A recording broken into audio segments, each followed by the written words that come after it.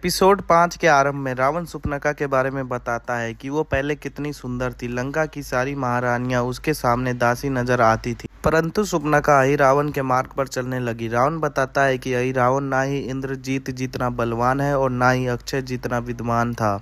वो केवल काली माया जानता था। उसने अपने साथ साथ शूर्पणखा को भी काली माया सिखाने लगा, जिसके प्रभाव से शूर्पणखा राक्षसी बन गई और उसकी सुंदरता चली गई। इसी कारण रावण अहिरावण को लंका से निकाल देता है। इंद्रजीत के बुलाने पर अहिरावण लंका वापस पहुंच जाता है। अहिरावण रावण के लिए एक भेंट लेके आता है। भेंट में शूर्पणखा होती है, जिसे अहिरावण अपनी माया से पहले जैसा रूप प्रदान कर देता है। शूर्पणखा को पहले जैसा देखकर रावण बहुत प्रसन्न होता है। दूसरी तरफ विभीषण जी हनुमान जी की शक्तियों को बढ़ाने के लिए नल और नील और अंगद के साथ हनुमान जी पर हमला करवाते हैं, परंतु हनुमान जी की शक्तियों के आगे उनका हार ना के बराबर होता है। हनुमान जी बड़ी आसानी से उन सभी को चित कर देते हैं। विभीषण वहां से क्रोधित होकर चले जाते हैं। हनुमान जी भी उनके पीछे चले जाते हैं। नल, नील और अंगद सभी विश्राम के लिए चले जाते हैं। तभी वहां श्री राम आते हैं और हनुमान जी के बारे में पूछते हैं। हनुमान जी विभीषण के पास जाते हैं और उनसे क्रोधित होने का कारण पूछते हैं। तब विभीषण जी बताते हैं कि तुम में अपार शक्तियां हैं जिसे तुम स्वीकार नहीं कर पा रहे हो। विभीषण जी कहते हैं कि तुम अपने अंदर छिपी शक्तियों से संधि कर लो, इससे तुम रावण से भी बलवान हो जाओगे। ये कहकर वहां से चले जाते हैं। तभी वहां पर ब्रज पहुंच जाता है। उसके बाद लंका का दृश्य दिखाया गया है, जहाँ रावण से कहता है, मैं सब कुछ पहले जैसा कर दूंगा। शूर्पणखा रावण से कहते हैं कि मुझे एक तपस्वी ने कैद कर रखा था, परंतु तुमने मेरी खोज नहीं की। रावण बताता है कि तुम्हें मैंने बहुत ढूंढा, परंतु तुम नहीं मिली। तब शूर्पणखा कहती है, मैं तुम्हें कैसे मिलती, तुम तो अंधे हो गए हो उस सीता के प्यार में। शूर्पणखा वहाँ उपस्थित मंत्रियों से भी कहती है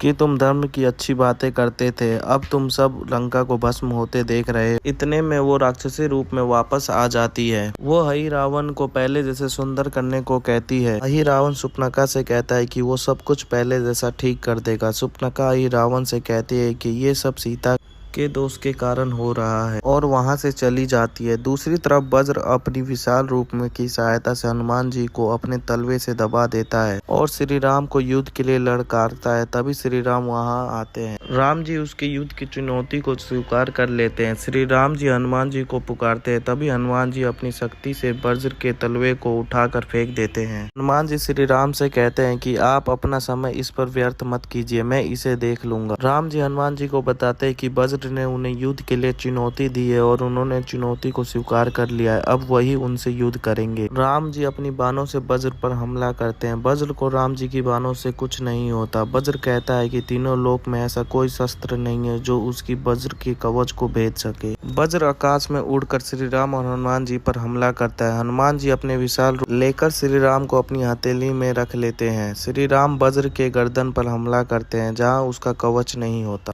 बार बार बाणों की हमला से वज्र का अंत हो जाता है। रावण को वज्र के अंत के बारे में पता चल जाता है और अहिरावण को आदेश देता है कि वो उसे जगाए जो कई वर्षों से सो रहा है। अहिरावण भी रावण से कहता है कि आप सीता को वापस कर दीजिए, जिससे सब कुछ ठीक हो जाएगा। रावण क्रोधित होकर अहिरावण से कहता है कि तुम्हें वो पीड़ा याद है जिसके कारण तुम पाताल लोक में चले गए थे। मैं भूल जाऊंगा कि तुम मेरे पुत्र हो। तभी अहिरावण रावण के आदेश को स्वीकार कर लेता है और कहता है कि कल सूर्य अस्त होते ही वो जागेंगे और उनकी अंगड़ाई से तीनों लोग डोल जाएगा। अहिरावण इंद्रजीत को भी उन्हें जगाने की सहायता के लिए बोलता है और अंत में अशोक वाटिका का दृश्य दिखाया गया है, जहाँ सीता जी एक वृक्ष के नीचे बैठी होती है और उनके पीछे अंधेरे में शूर्पणखा होती है।